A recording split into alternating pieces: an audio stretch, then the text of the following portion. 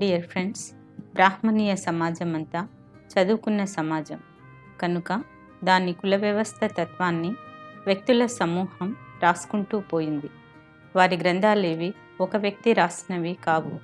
కానీ దళిత బహుజన సమాజం నిరక్షరాస్యమైందిగా ఉంటూ ఈ మధ్య కాలంలోనే వాళ్ళ సిద్ధాంతాన్ని తిప్పికొట్టే శక్తి కలిగిన వ్యక్తుల్ని తయారు చేయగలుగుతున్నది. అందులో మొట్టమొదటి మహామేధావి డాక్టర్ బిఆర్ అంబేద్కర్ మాదిగ తత్వం ఆర్థిక సాంఘిక విశ్లేషణ అనే 35 పేజీల పుస్తకం చదవడం ద్వారా మాదిగలు ఎవరు, సమాజానికి వారు పునాది ఎలా అయ్యారు, వారి ఆవిష్కరణలు ఏమిటి, అవి సమాజానికి ఎలా పడ్డాయి అనేది అర్థమవుతుంది. ఈ పుస్తకం చదవడం లేదా వినడం ద్వారా మాదిగలలో ఇన్ఫీరియారిటీ కాంప్లెక్స్, ఆత్మన్యూనత భావం కూకటి వేర్లతో పెకిలించబడి వారి మీద వారికి ఆత్మవిశ్వాసం, కాన్ఫిడెన్స్ వస్తుంది. నేడు మాదిగ కులం ఉనికి కలిగి ఉండడానికి వారి పూర్వీకులు చేసిన కృషి అనిర్వచనీయం. అణచివేతకు, హింసకు గురవుతున్న కుల ఉనికిని కాపాడిన ఘనత మాదిగ కుల పూర్వీకులది. మాదిగలను చిన్నచూపు చూసే ప్రతి ఒక్కరూ, అణచివేయాలని అనుకునేవారు, హింసించేవారు ఈ పుస్తకం చదివినా విన్నా తమ అభిప్రాయాన్ని మార్చుకొని దళితీకరించబడాల్సిన సమాజంతో చేయి కలుపుతారని ఆశిద్దాం. దయచేసి ప్రతి ఒక్కరూ ఈ దళిత సాహిత్యాన్ని వినాలని కోరుచున్నాము.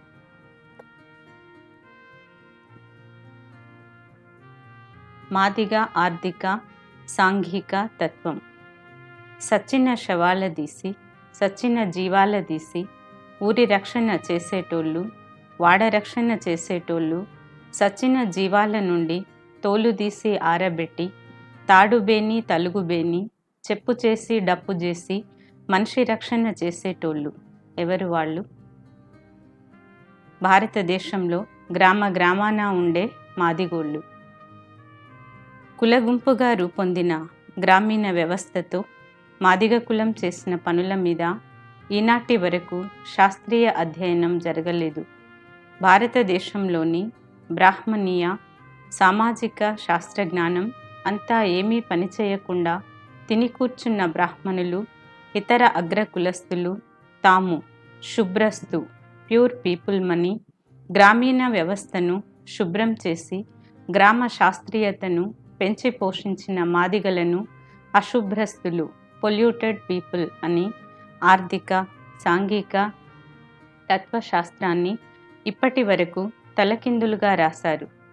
శుభ్రపరిచే వాళ్లను శుభ్రస్తులని, శుభ్రపరిచే పనిలో కానీ, వ్యవసాయ లేదా గ్రామ పారిశ్రామిక రంగంలో కానీ పాల్గొనని వారు అశుభ్రస్తులనే మౌలిక సూత్రాన్ని అర్థం చేసుకోవడంలో బ్రాహ్మణీయ రాజకీయ అర్థశాస్త్రం పూర్తిగా విఫలమైంది. అయితే సామాజిక శాస్త్ర జ్ఞానాన్ని తలకిందులుగా రూపొందించినందువల్ల బ్రాహ్మణులు అన్ని రంగాల్లో పనికి అతీతంగా ఉంటూ ఆర్థిక రాజకీయ దోపిడీ చేసే అవకాశం సులభతరమైంది. గ్రామీణ వ్యవస్థను మాదిగ వాడ నుండి దళిత దృక్పథంతో అంటే కులరహిత దృక్పథంతో అధ్యయనం చేసి సమాజ శాస్త్రాన్ని పూర్తిగా మార్చాల్సిన అవసరం ఉంది. శ్రమతత్వం. మాదిగవాడలో శ్రమతత్వం మీద ఒక నిరంతర చర్చ సాగుతుంది. అది రెక్కలను కేంద్రంగా చేసుకొని సాగుతుంది. రెక్క ముందా బుక్క ముందా అని వాళ్ళు నిరంతరంగా ప్రశ్నించుకుంటారు. రెక్కాడంది బుక్కాడదని వాళ్ళు నిరంతరంగా మాట్లాడుకుంటారు. అంటే రెక్కలు పనిచేయకుండా బుక్కలోకి బువ్వ రాదనేది వాళ్ళ తత్వదృష్టి. గ్రామీణ వ్యవస్థ నాగరీకరించిన సమాజంగా రూపొందింది ఈ తత్వదృష్టి వల్లే. బ్రాహ్మణిజం అందు భిన్నంగా అన్నం పరబ్రహ్మ స్వరూపం అనే అశాస్త్రీయ భావాన్ని ముందుకు తెచ్చి అది రూపొందించుకున్న ఉత్పత్తేతర ప్రచార సాధనాల ద్వారా మాదిగ తత్వాన్ని కించపరిచి ఆ మనుషుల్ని తమ ఉత్పత్తి శ్రమ నుండి తమ తత్వదృష్టి ఫలం నుండి దూరం చేసింది.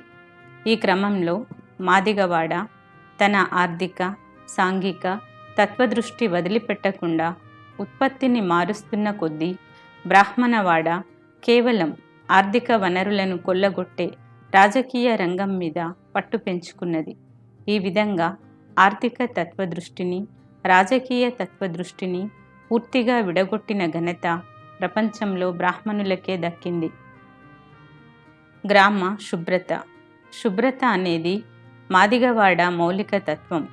గ్రామంలో పశువు చనిపోయినా, దిక్కులేని మనిషి చనిపోయినా ఆ శవాలను గ్రామం నుండి తొలగించేది మాదిగలు. ఈ శాస్త్రీయ దృక్పథం శవ మురుగు వలన గ్రామ వ్యవస్థకు సంభవించే సకల రోగాల నుండి కాపాడింది. బ్రాహ్మణులలాగా ఛీ అని ఆ శవాలను తొలగించకుండా వారు ఉంటే గ్రామాలేమయ్యేవి? ఈ ప్రశ్న బ్రాహ్మణ మేధావులకెవ్వరికీ తట్టలేదా? అది తట్టించుకోకపోవడమే ఒక రాజకీయం. శవాలను తీసేయడమే కాకుండా ఇతర రూపంలో జరగాల్సిన గ్రామ శుభ్రత మాదిగవాడలే నిర్వహించాయి. రోడ్లు ఊడవడం, చెత్తా చెదారం ఎత్తివేయడం, గ్రామాల చుట్టూ ఉండే కాలువల పరిశుభ్రత కార్యక్రమాల్ని నిర్వహించింది వీళ్ళే. వ్యక్తి, కుటుంబం శుభ్రత ఈనాటికి కూడా గ్రామ లేదా పట్టణ శుభ్రతకు లోబడి ఉంటుంది. సర్వసభ్య సమాజ శుభ్రతకు, వ్యక్తి శుభ్రతకు మధ్య సంబంధాన్ని అర్థం చేసుకున్నది మాదిగ సాంఘిక చైతన్యమే. అది రాజకీయ చైతన్యంగా మారకుండా ఉండటానికి బ్రాహ్మణులు, దొంతర్ల లేదా నిచ్చెనమెట్ల కుల వ్యవస్థ తీవ్ర ప్రయత్నం చేశాయి. అంటే శుభ్రత భౌతిక రూపం మాదిగ తత్వంతో ముడిపడి ఉన్నది. ఈ తత్వమే చనిపోయిన మనిషి శవాన్ని ఏమి చేయాలి, పశు శవాన్ని ఏమి చేయాలి అనే అంశం మీద కూడా ఒక శాస్త్రీయ నిర్ధారణకు వచ్చేందుకు తోడ్పడింది. మాదిగ తత్వం మనిషి శవాన్ని బొందబెట్టాలి అనే దృక్పథాన్ని ఆచరణలో పెట్టింది. ఇది ప్రపంచ మానవత్వానికి, మానవతత్వానికి దగ్గరగా మన దేశపు ఆలోచనను కూడా నిలబెట్టింది. ఇది మనిషి శరీరంలోని మట్టి మట్టిలో, నీరు నీరులో, గాలి గాలిలో, వేడి వేడిలో కలవడానికి ఉపయోగపడింది. ఇది బుద్ధుని దృక్పథం కూడా. నా పిహెచ్డి థీసిస్ చూడండి. అంతేకాక మానవుని ఫాజిల్ చరిత్రను, భూగర్భంలోని అస్థిపంజరాన్ని బట్టి మానవ చరిత్రను అధ్యయనం చేసే చరిత్ర ఈ బొందపెట్టే పద్ధతి నిలబెట్టుకుంటూ వచ్చింది. దీనికి భిన్నంగా మానవ శవాన్ని తగులబెట్టే అశాస్త్రీయ పద్ధతి బ్రాహ్మణిజం సమాజానికి అనువాదించాలని తీవ్ర ప్రయత్నం చేస్తూనే ఉన్నది. అయితే దళితవాదం దీన్ని ధిక్కరిస్తూనే వచ్చింది. ఈ విధంగా మాదిగవాడ బ్రాహ్మణీకరించబడుతున్న గ్రామంలో ఉంటూ కూడా మాదిగ తత్వాన్ని భౌతిక తాత్విక రంగంలో కాపాడుకుంటూ వచ్చింది. గొడ్డు మాంసం తినే తత్వం.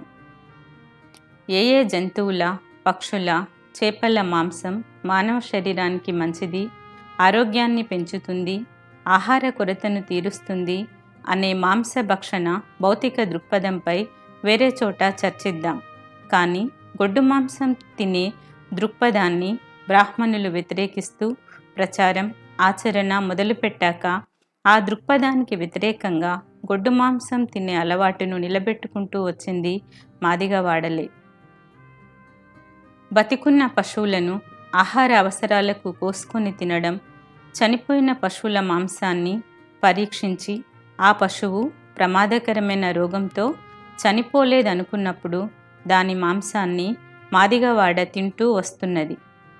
ఆహార కొరత ఉన్న రోజుల్లో గొడ్డు మాంసం తినడం ద్వారానే వాళ్ళు ప్రాణరక్షణ చేసుకోగలిగారు. ఈనాటికి గొడ్డు మాంసాన్ని మించిన పుష్టికర ఆహారం మరొకటి లేదు. మూఢనమ్మకంతో గొడ్డు మాంసం తినకపోవడం పెద్ద జ్ఞానం కాదు, శాస్త్రీయమైన జ్ఞానం అంతకన్నా కాదు. గొడ్డు మాంసం మంచి పోషక ఆహారమని కనుక్కున్నాక మాదిగవాడలు దాని పోషక విలువను అర్థం చేసుకొని నిలబెట్టుకుంటూ వచ్చాయి.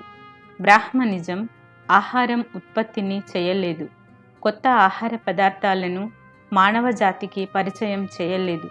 వేదకాలం నాటికి పశు మాంసం మొత్తం గ్రామాలకు మంచి ఆహార వనరు. తరువాత కాలంలో బ్రాహ్మణిజం దీని మీద రాజకీయ దాడి చేసి చాలా కులాలను గొడ్డు మాంసానికి దూరం చేసింది. ఈ విధంగా ప్రపంచ ప్రజల్లో అత్యధిక ప్రజల ఆహారమైన పశుమాంసం నుండి చాలా కులాలు దూరమయ్యాయి. భారతదేశంలోకి తురుష్కులు, క్రిస్టియనులు వచ్చాక అదృష్టవశాత్తు గొడ్డు మాంసం తినే జనాభా పెరిగింది. అయితే తురుష్కులు, క్రిస్టియన్లు రాకముందు కూడా గొడ్డు మాంసం భక్షణ తత్వాన్ని కాపాడిన ఘనత మాదిగవాడలది. ఈ విధంగా గొడ్డు మాంసం తినే అలవాటును బ్రాహ్మణ తత్వానికి వ్యతిరేకంగా కాపాడుకుంటూ వచ్చిన మాదిగ తత్వం ఈ సమాజానికి చేసిన మేలు తక్కువది కాదు. ఆ అలవాటు వారి తత్వంలో కాపాడుకుంటూ వచ్చినందువల్లే పశు శరీరం, దాని మాంస లక్షణాలు, దాని తోలు, కొమ్ములు మొదలైన అవయవాలపై మాదిగవాడల్లో ఒక శాస్త్రీయమైన పరిశోధన జరుగుతూ వచ్చింది. పశు మాంసం మాంసకృతులు, కొవ్వు పదార్థాలు కలిగి ఉండి వ్యవసాయ అభివృద్ధి కాని దశల్లో మానవ జాతిని ఆహార కొరత నుండి కాపాడింది. ఈనాటికి మాదిగవాడల్లో ఒక్కొక్క రకమైన గొడ్డు మాంసం తినిపించే అలవాటున్నది. ఆరోగ్యాన్ని నయం చేసుకునే రోగ నివారణ పద్ధతి ఉన్నది. ముసలి వాళ్ళు ఎటువంటి పశు మాంసాన్ని, ఏ అవయవ మాంసాన్ని తినాలి, పిల్లలు ఏది తినాలి, బాలింతలు ఏది తినాలి అనే అంశం మీద మాదిగవాడల్లో నిర్దిష్టమైన అవగాహన ఉన్నది. గొడ్డు మాంసం తినే అలవాటును మాన్పించేందుకు బ్రాహ్మణ మంత్రాలు, పూజారులు స్వశక్తితో గాని రాజ్యాంగం, యంత్రం దాడులు చేసి మాదిగ ప్రజల్ని చిత్రహింసలకు గురిచేసి చంపి ఉంటారు.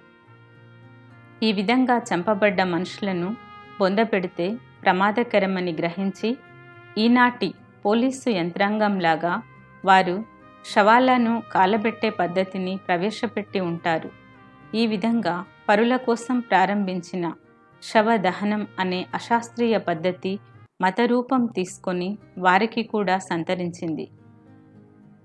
అశాస్త్రీయత నుండి అశాస్త్రీయతలోకి అనే సూత్రం వల్లనే బ్రాహ్మణీయ హిందూ మతం ఉత్పత్తిని వ్యతిరేకించి కూడా బతకగలిగింది.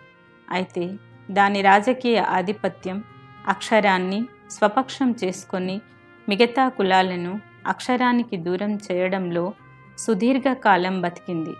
గొడ్డు మాంసం తినే తత్వంపై జరిగిన దాడిలో ఎంత జననష్టం జరిగినా, ఎన్ని చిత్రహింసలకు గురైనా మాదిగ తత్వం దాన్ని వదులుకోలేదు. వలసవాదం గొడ్డు మాంసాహారులచే రూపొందించబడిన తర్వాత బ్రాహ్మణవాదం కూడా తిరిగి గొడ్డు మాంస భక్షణ వైపు చూసే ప్రయత్నం చేయటంతో చివరి విజయం మాదిగ తత్వానిదే అయింది. రుచి సిద్ధాంతంపై విభేదాలు. రుచి అనేది తత్వానికి సంబంధించింది. గొడ్డు మాంసం రుచిని, కళ్ళు తాగే రుచిని, మాదిగవాడలోని రుచులన్నింటినీ బ్రాహ్మణత్వం వ్యతిరేకించింది. అయితే మాదిగత్వం మాత్రం అన్ని కులాలలోని ఆహార రుచులను శాస్త్రీయ దృష్టితో చూసింది. అన్ని రకాల ఆహారాలను, వంటలను మాదిగలు తింటారు. బ్రాహ్మణత్వం ఛీ అన్న చాలా రుచులను మాదిగలు వదులుకోకపోగా దాని రుచితత్వాన్ని కాపాడుకొని ఆ వాడలోని శిశు సమాజానికి తమ రుచుల్ని, తమ విలువల్ని నేర్పించుకుంటూ వచ్చారు. అంటే ఇవాళ మనం మాదిగవాడల్లో చూసే రుచుల సంస్కృతి బ్రాహ్మణిజపు రుచుల సంస్కృతికి భిన్నంగా శత్రుత్వ స్థానంలో కొనసాగుతూ వచ్చాయి. ఉదాహరణకు గొడ్డు మాంసం తింటూ కళ్ళు తాగితే ఒక ప్రత్యేకమైన రుచి ఉంటుంది. గొడ్డు మాంసం వేపుడు చేస్తే ఒక రుచి, పులుసు పెడితే ఒక రుచి, కాల్చుకొని తింటే ఒక రుచి ఉంటాయి. ఈ విధంగా భారతీయుల జిహ్వా నాలుకకు రుచించేటట్లుగా భారతదేశంలోని బ్రాహ్మణవాదపు ఆర్యులు ఇక్కడికి వలస రాకముందే రకరకాల కాంబినేషన్ల రుచులను రూపొందించుకున్నారు. ముందు ఈ రుచులన్నింటిని కూడా వారు బ్రాహ్మణులకు నేర్పారు. ఆ రుచులను కొంతకాలం తిని తాగి ఆనందించిన తర్వాత బ్రాహ్మణులు గోమాంసం సురాపానం వదులుకున్నారు. వాటి రుచుల సిద్ధాంతం మీద దాడి చేశారు. కానీ మాదిగవాడలు తాము రూపొందించుకున్న వివిధ రుచుల తత్వాన్ని కాపాడుకోవడమే కాక వాటికి కొత్త వాటిని జతపరుచుకుంటూ వచ్చాయి. మాదిగ తిని తాగే సంస్కృతి, మాదిగ ఉత్పత్తి, శుభ్రత సంస్కృతికి శుభ్రత సంస్కృతికి లోబడి సాగింది. అందుకే అక్కడ పని ముందు తిని తాగడం వెనుక. Why I am not a Hindu పుస్తకం చూడండి. బ్రాహ్మణిజంలో తినడం అనేది ఏకైక కార్యంగా కొనసాగుతుంది. ఇక్కడ మనం గమనించాల్సింది ఏమంటే రుచితత్వంలో మాదిగ రుచితత్వం సార్వజనిక లక్షణాలు కలిగినటువంటిది. ఆహారోత్పత్తి, ఆహార రుచితత్వం ఈ రెండింటినీ మాదిగత్వం జోడెద్దుల్లా నడిపించింది. మాదిగత్వం తోలు పరిశ్రమ. మాదిగత్వం శుభ్రత, భౌతికవాదం, రుచుల తత్వం మొదలగు వాటికి గ్రామ సమాజంలో తోలు పరిశ్రమల అభివృద్ధి చెందడానికి చాలా దగ్గరి సంబంధం ఉంది. మాదిగవాడల్లో పశుమాంస భక్షణ బ్రాహ్మణత్వం తీవ్రంగా వ్యతిరేకిస్తున్నప్పటికీ కొనసాగకపోతే దేశంలో తోలు పరిశ్రమ అభివృద్ధి చెందేదే కాదు. మొదట్లో చాలా కాలం పశుమాంసం తిని తోలు, కొమ్ములు మొదలగు అవయవాలను పారేసేవాళ్ళు. బహుశా బ్రాహ్మణిజం గొడ్డు మాంస భక్షణ వదులుకున్నాక దాన్ని తనదంటూ ఒక తత్వంతో కొనసాగించిన మాదిగవాడలు పశు శరీరం, ముఖ్యంగా తోలు, కొమ్ములు వంటి అంశాలపై తీవ్రమైన పరిశోధన చేశాయి. సమాజం ఒక పదార్థాన్ని మరో పదార్థంలోకి, ముడి సరుకును సరుకుగా మార్చింది కూడా ఆయా ముడి పదార్థాలతో నిరంతర సంబంధాన్ని, ఇంటర్కోర్స్ కలిగి ఉండడం వల్లే. ఈ దేశంలో సైన్స్ అభివృద్ధి ప్రకృతి శక్తులకు, బ్రాహ్మణేతరులకు ఏర్పడ్డ నిరంతర సంబంధం వల్ల జరిగింది. గ్రామ స్థాయిలో ఈ సైన్స్ అభివృద్ధికి అతి ప్రముఖమైన పాత్ర నిర్వహించింది తోలు. పచ్చి తోలును సమస్త పనిముట్లు తయారు చేసే తోలుగా, దాన్ని ముడిసరుకుగా తయారు చేయడానికి ప్రత్యేకంగా కృషి చేసింది మాదిగ మెదడే. మొదట్లో తోలుపై రోమాన్ని వదిలించడానికి, దాన్ని నిల్వ ఉండే పదార్థంగా రూపొందించడానికి చాలా పరిశోధనలు చేయాల్సి వచ్చి ఉంటుంది. పచ్చి తోలుకు ఉప్పు కలపడం అనే ప్రక్రియ కనుక్కోవడానికి మాదిగవాడలు ఎనలేని కృషి చేసి ఉంటాయి. ఉప్పు తోలును మురగకుండా కాపాడుతుందని నిర్ధారించకముందు ఎన్నో చెట్ల రసాలను తోలుకు పట్టించి నిరాశ చెంది ఉంటారు. క్రమంగా పనికిరాని వస్తుధిక్కార సిద్ధాంతం ద్వారా తోలుకు, ఉప్పుకు గల రసాయనిక ప్రక్రియను వాళ్ళు కనుక్కొని ఉంటారు. ఈ విధంగా ఉప్పు రాసిన తోలును ఎంతకాలం ఎండబెట్టాలి, ఎండబెట్టిన తోలు గట్టిగా కట్టెబారిపోతే దాన్ని తిరిగి మెత్తబరచడం ఎట్లా అనే ప్రశ్నలన్నింటికీ గ్రామంలోని ఏ ఇతర కులాల నుండి సమాధానాలు రాలేదు. తోలు చూస్తేనే చీదరించుకునే బ్రాహ్మణులు, కోమట్లు ఈ ప్రశ్నల గురించే ఆలోచించలేదు. ఎండబెట్టిన తోలును తిరిగి ఒక నిర్దిష్ట కాలం నీటిలో నానబెట్టడం ద్వారా దాన్ని మెత్తబరచొచ్చని వాళ్ళే కనుక్కున్నారు. ఈ విధంగా తోలు ఎటంటే అటు మలిగే ఒక ముడి పదార్థంగా మలచడం వాళ్ళే స్వయం చైతన్యం ద్వారా నేర్చుకున్నారు. దీని తరువాత దశ వస్తు తయారీకి అనువుగా తయారైన తోలును వ్యవసాయ, మానవ అవసరాలను తీర్చే వస్తువులుగా తయారు చేసేందుకు పరికరాలను రూపొందించుకోవడం. ఈ పరికరాల తయారీలో మాదిగవాడ చేసిన శాస్త్రీయ పరిశోధన మామూలుది కాదు. ఈ పరికరాలకు ఇనుము సహాయంతో చేయకముందే కర్ర సహాయంతో చేసి ఉంటారు. ఈ ప్రక్రియలో పరికరాల రూపాన్ని, నాణ్యతను, వాడే పద్ధతిని రూపొందించుకోవడం చాలా క్లిష్టమైన పని. ఈ పనిలో ఇతర కులాల సహాయం లేదు. బ్రాహ్మణులైతే ఆ ప్రక్రియనంతా మొత్తంగా వ్యతిరేకిస్తూనే ఉన్నారు. ఇంత సంక్లిష్ట స్థితిలో మాదిగవాడ తోలును ఉపయోగిత వస్తువులలోకి మార్చడానికి కావలసిన పరికరాలను తయారు చేసుకుంది. అందులో ముఖ్యమైనవి రంపే, కత్తి, తోలు బండ. కాస్త ఆధునీకరించాక అదే తీన్ టామ్కి లేదా సందాన్గా మారింది. ఆరే, తీడ్గల్, మార్తోల్, తోల్ తొట్టి, బన్వర్ వంటి పరికరాలు ముఖ్యమైనవి. ఈ పరికరాలను ముందు చాలా ముతకగా రూపొందించుకున్నారు. క్రమంగా వాటిని వాడిగా తయారు చేసుకున్నారు. ఈ మొత్తం పరికరాలలో ఆరె నిర్వహించిన పాత్ర గణనీయమైనది. తోలు వస్తువును రూపొందించడానికి దారం తయారీ కూడా చాలా కీలకమైనది. చెట్టు నార దృక్పథం అప్పటికే ఉన్నప్పటికీ నారకు తోలులాగా పరికరాన్ని సుదీర్ఘకాలం కాపాడే లక్షణం లేదు. అందువల్ల తోలు దారాన్ని రంప సహాయంతో కోసుకున్నారు.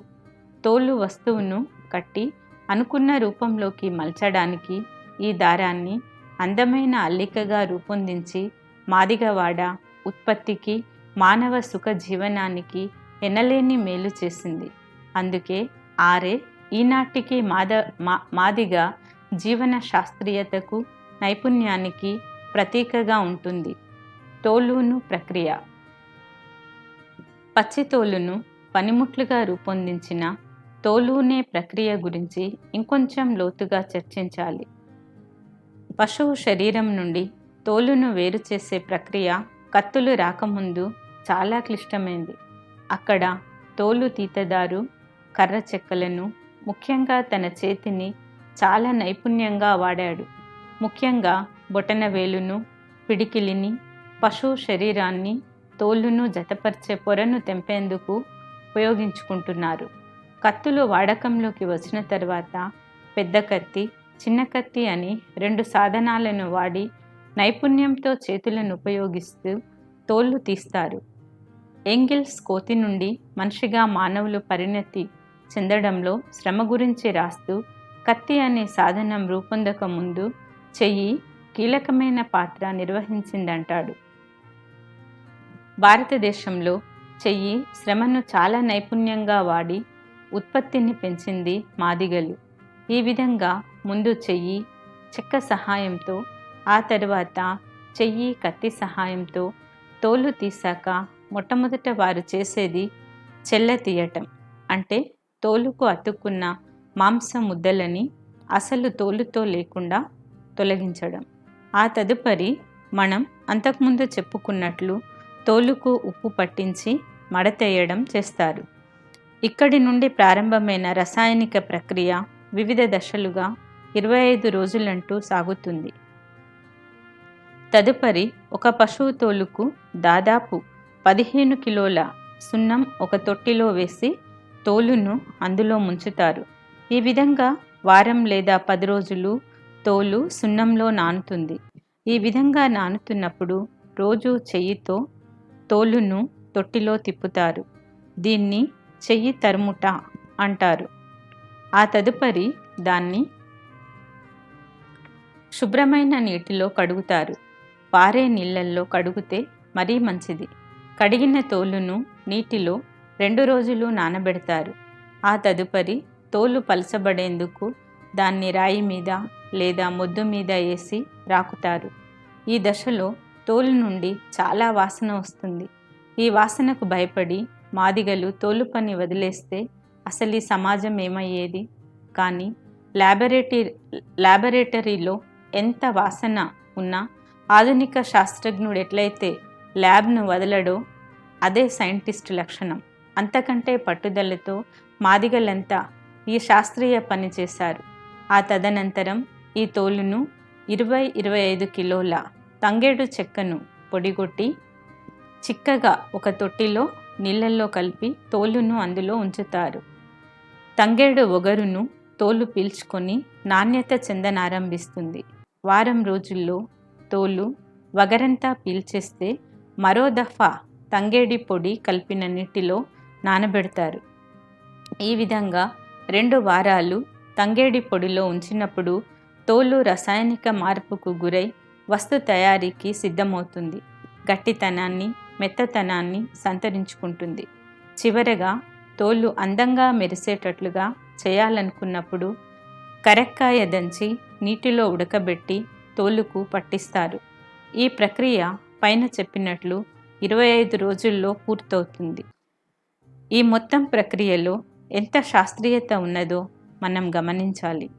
ఇందులో సున్నం, తంగేడు చెక్క పొడి, కరెక్కాయ తోలును రసాయనిక మార్పుకు గురిచేస్తుందని దాదాపు 2,500 సంవత్సరాల కింద వీరు పరిశోధించి కనుక్కున్నారు. ఈ ప్రక్రియను ఆచరణలో నాణ్యమైన తోలును తయారు చేశారు. అటు పారిశ్రామిక రంగాన్ని, ఇటు వ్యవసాయ రంగాన్ని విప్లవీకరించారు. అంటే బహుముఖ తోలు పరిశ్రమను మారుమూల గ్రామాల్లో స్థాపించి మానవ జీవితాన్ని, మనస్సును ఆనందమయం, కళామయం చేశారు. ఈ ప్రక్రియను బ్రాహ్మణిజం కుల వ్యవస్థ గుర్తించకపోగా దాన్ని కించపరిచింది. ఈ ప్రక్రియను ఓపికతో, బాధ్యతతో కొనసాగించిన ఆ మహామాదిగత్వాన్ని, మాదిగ చైతన్యాన్ని కుళ్ళి కృషించే విధంగా అవమానపరిచింది బ్రాహ్మణులు. ఈ విధంగా బ్రాహ్మణత్వం సైన్స్ను నిరంతరం చంపే కార్యరంగాన్ని తన కర్తవ్యంగా పెట్టుకున్నది. సైన్స్ స్థానంలో కులతత్వాన్ని పెంచి పోషించింది. తోలు పరిశ్రమ విప్లవాత్మకత. ఇప్పటి వరకు భారతదేశంలోని అర్థశాస్త్రం నేత మిల్లుల్ని పారిశ్రామిక రంగంలో విప్లవాత్మక మార్పులు తెచ్చిన సంస్థలుగా చూసింది. కానీ నా దృష్టిలో మాదిగవాడల్లోని తోలు పరిశ్రమ బట్టల నేత కంటే బహుముఖ విప్లవాన్ని తెచ్చినటువంటిది. మాదిగవాడ అతి ప్రాచీన దశలో రూపొందించిన తోలు పరిశ్రమ లేకుండా అసలు వ్యవసాయ రంగం పోడు వ్యవసాయపు దశను దాటేది కాదు. బట్ట పరిశ్రమ శరీరాన్ని సుఖప్రాయం చేసింది. కానీ తోలు పరిశ్రమ అసలు బ్రతుకు తెరువుకు మూలమైన ఆహారోత్పత్తికి పునాదైంది. గాంధీ కోమటి కులం నుండి వచ్చిన వాడైనందువల్ల జాతీయోద్యమంలో మౌలిక పరిశ్రమైన తోలు పరిశ్రమకు గుర్తైన రాట్నాన్ని తన గుర్తుగా, తన ప్రచార సాధనంగా ఎన్నుకున్నాడు. కానీ అంతకంటే ముఖ్యమైన తోలు పరిశ్రమను ఎన్నుకొని చెప్పును గాని తోలు ఆరెలను గుర్తుగా ఎన్నుకొని ప్రచారం చేసి ఉంటే దేశంలో విలువలు మరో రకంగా ఉండేవి. జాతీయోద్యమ నాయకులందరినీ తోలు పనిలో నిమగ్నులు కండి అంటే దాదాపు గాంధీ ఒంటరిగా మిగిలేవాడు. బట్టనేత పరిశ్రమ హిందుత్వవాదంలో భాగమైతే తోలు పరిశ్రమ హిందుత్వవాదానికి వ్యతిరేకమైంది. జాతీయోద్యమ దశ నుండి భౌతికవాద సిద్ధాంతానికి ప్రాతినిధ్యం వహిస్తున్నామన్న బ్రాహ్మణీయ కమ్యూనిస్టులు కూడా రాజకీయ అర్థశాస్త్రం, ముఖ్యంగా పారిశ్రామిక అర్థశాస్త్రంలో గ్రామ స్థాయిలో తోలు పరిశ్రమ నిర్వహించిన విప్లవాత్మక పాత్రను పరిశీలించలేదు. ఆర్సి దత్ రాసిన ఇండియా టుడే నుండి మొదలుకొని ఈనాటి వరకు వచ్చిన కమ్యూనిస్టు అర్థశాస్త్ర గ్రంథాల్లో ఎందులో కూడా మాదిగవాడలోని తోలు పరిశ్రమ ప్రాముఖ్యత మీద చర్చ లేదు.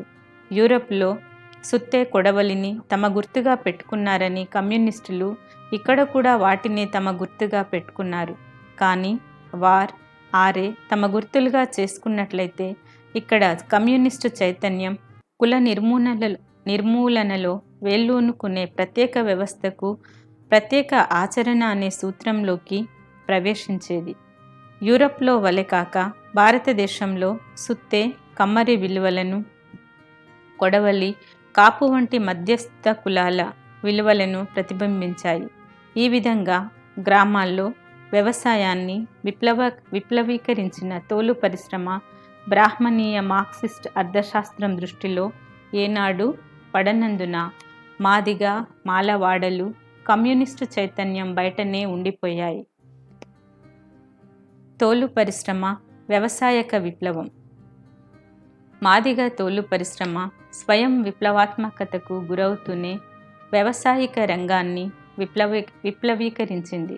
ఈ విధంగా వ్యవసాయ రంగాన్ని విప్లవీకరించడంలో కొలిమి తిత్తులు కీలక పాత్ర నిర్వహించాయి.